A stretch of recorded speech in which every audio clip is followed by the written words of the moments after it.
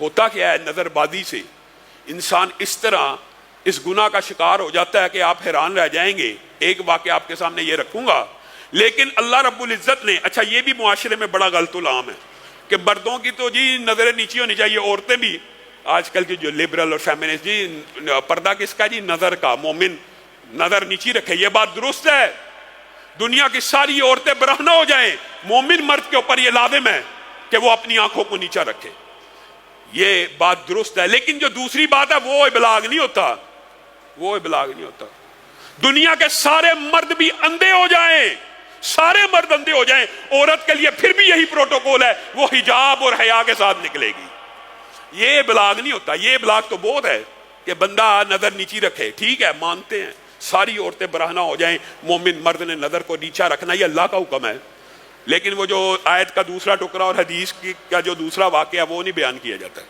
کل المؤمنات یغضضن من ابصارہن, یہ نظر نیچی رکھنا صرف مردوں کے لیے نہیں ہے. اللہ تعالیٰ نے یہ اشکال قرآن پاک میں دور کر دیا کہ مومن عورتوں کے لیے بھی نظر کی حفاظت ہے. امی عائشہ کے پاس رسول اللہ کی موجودگی میں ایک نبینہ صحابی آ گیا, آپ نے سب نے واقعہ سنا ہوا ہے. رسول اللہ صلی اللہ علیہ وسلم نے امی عائشہ کو پیچھے کر دیا, کہا یہ تو نبینہ ہے, یہ تو مجھے دیکھ نہیں سکتا, آپ مجھے پردے میں دھکیل رہے ہیں, پردے میں جانے کا کہہ رہے ہیں. کہا وہ نبینہ ہے, آپ نبینی نہیں ہیں, یہ امت کی مائیں ہیں. جب پردے کی آیات اتری, کائنات کے سب سے افضل مردوں نے کائنات کی سب سے افضل عورتوں سے نظریں جھکا کے بات کی, اور کائنات کی سب سے افضل عورتوں نے سب سے افضل مردوں کے سامنے پردے کو اختیار کیا. ہم اور آپ کے ہیں. رسول اللہ صلی اللہ علیہ وسلم کی صحابیات بیان کرتے ہیں جب پردے کی آیات اتری تو اس کے بعد عورتیں مسجدوں میں آتی تو دیوار کے ساتھ رگڑ کے چل رہی ہوتی تھی جسم, یہاں تک کہ ان کی چادریں دیواروں کے ساتھ اڑ جاتی. اتنا وقفہ, اتنا جینڈر سیگریگیشن اور اتنی احتیاط, اور کوئی عورت اوڑھنی اور جلباب کے بغیر مسجدوں میں نہیں تھی آتی. ہم نے مردوں کی نظروں کے اوپر تو بڑے بات سنی, لیکن عورتوں کی نظریں زیادہ بے حیا ہوتی چلی جا رہی ہیں.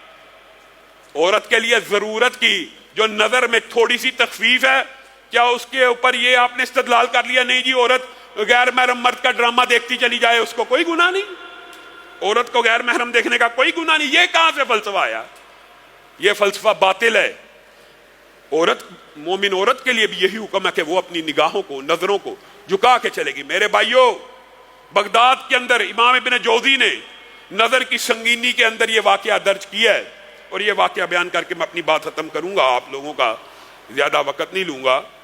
صالح المؤذن, دو مختلف روایات کے اندر یہ واقعہ موجود ہے, اور ابن جوزی نے جس حوالے سے اس کو بیان کیا میں وہ آپ کے سامنے رکھتا ہوں. یہ ایک نوجوان تھا جس نے 40 برس, دوسری روایت میں 18 برس کے الفاظ ہیں, 40 برس مسجد میں اذان دی. 40 برس بغداد کا نوجوان, 40 برس کوئی اذان مس نہیں کی, ہر نماز کی اذان یہی دیا کرتا تھا.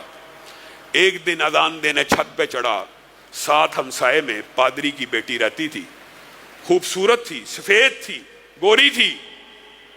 نظر اس کے اوپر پڑ گئی.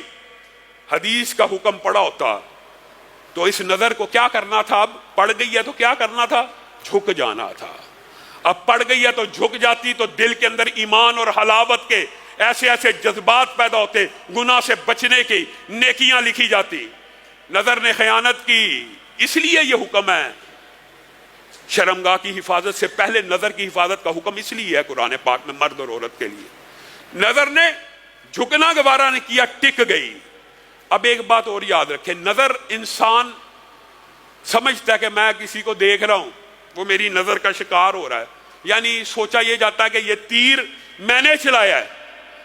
تیر نظر جو ہوتا ہے بظاہر انسان چلاتا ہے, اور بظاہر وہ سمجھ رہا ہوتا ہے شکار اگلا ہوگا جس کو میں دیکھ رہا ہوں, لیکن یہ ایک ایسا تیر ہے جو لگتا بھی انسان کو خود کو ہے, مد مخالف کو نہیں لگتا. انسان کو خود زخمی کرتا ہے, انسان کو خود بیمار کرتا ہے, انسان کے دل کو خود گائل کرتا ہے. چہرے کے اوپر نظر ٹک گئی, جم گئی. جب جم گئی تو شیطان نے بھی چہرہ مزین کر دیا, دل میں مرض ڈال دیا, دن میں بیماری آ گئی. دوڑتا ہوا پادری کے گھر گیا, کہا نیک ہوں, صالح ہوں, نمازی ہوں, شادی کرنا چاہتا ہوں, نکاح کرنا چاہتا ہوں. یہ ایک نظر کا فتنہ دیکھیے کتنا سنگین ہے. ایک نظر نے دل کو ایسا بیمار کیا، اس کی محبت اور عشق میں ایسا مبتلا ہوا، انہوں نے کہا، اس بچی نے کہا تو مسلمان ہے، میں عیسائی پادری کی بیٹی ہوں، تیرا میرا نکاح کیسے ہو سکتا ہے؟ ایک ہی شرط ہے، اپنے مذہب کو چھوڑ دے، عیسائی ہو جا، میں تجھ سے نکاح کر لوں گی۔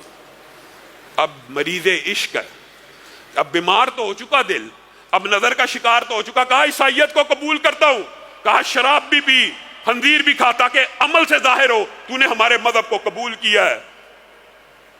خنزیر بھی کھاتا ہے، شراب کا جام اٹھاتا ہے، سیڑھیوں سے لڑکتا ہوا زمین پہ گرتا ہے، دماغ بھی پھٹ جاتا ہے، بیجا باہر آ جاتا ہے۔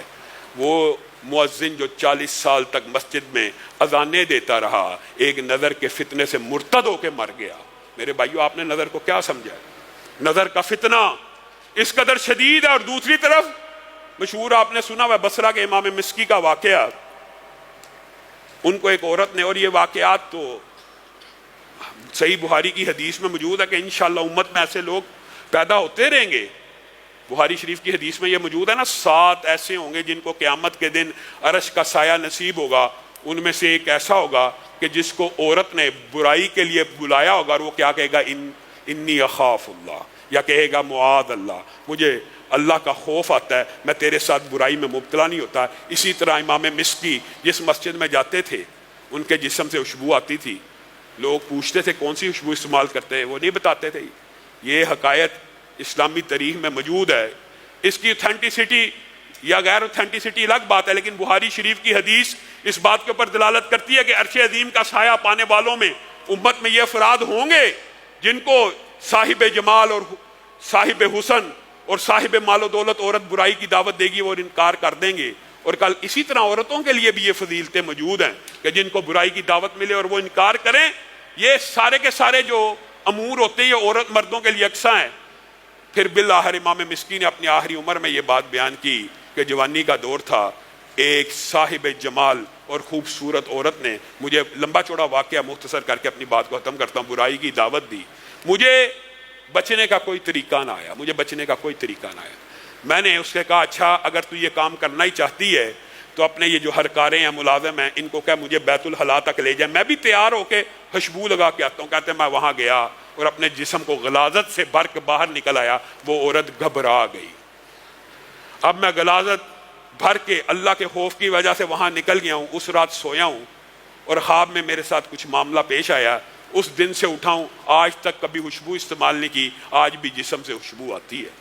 اللہ رب العزت ہم سب کو زنا کی سنگینیوں سے محفوظ رکھے، بے پردگی سے محفوظ رکھے، ہمارے گھروں کے اوپر پردے اللہ تعالی ہمارے بہنوں کی عزتوں کی حفاظت فرما، ہماری بیٹیوں کی عزتوں کی حفاظت فرما، ہماری ماؤں کی عزتوں کی حفاظت فرما، اللہ تعالی ہماری اصلاح فرما، شرعی پردہ کرنے کی توفیق عنایت فرما۔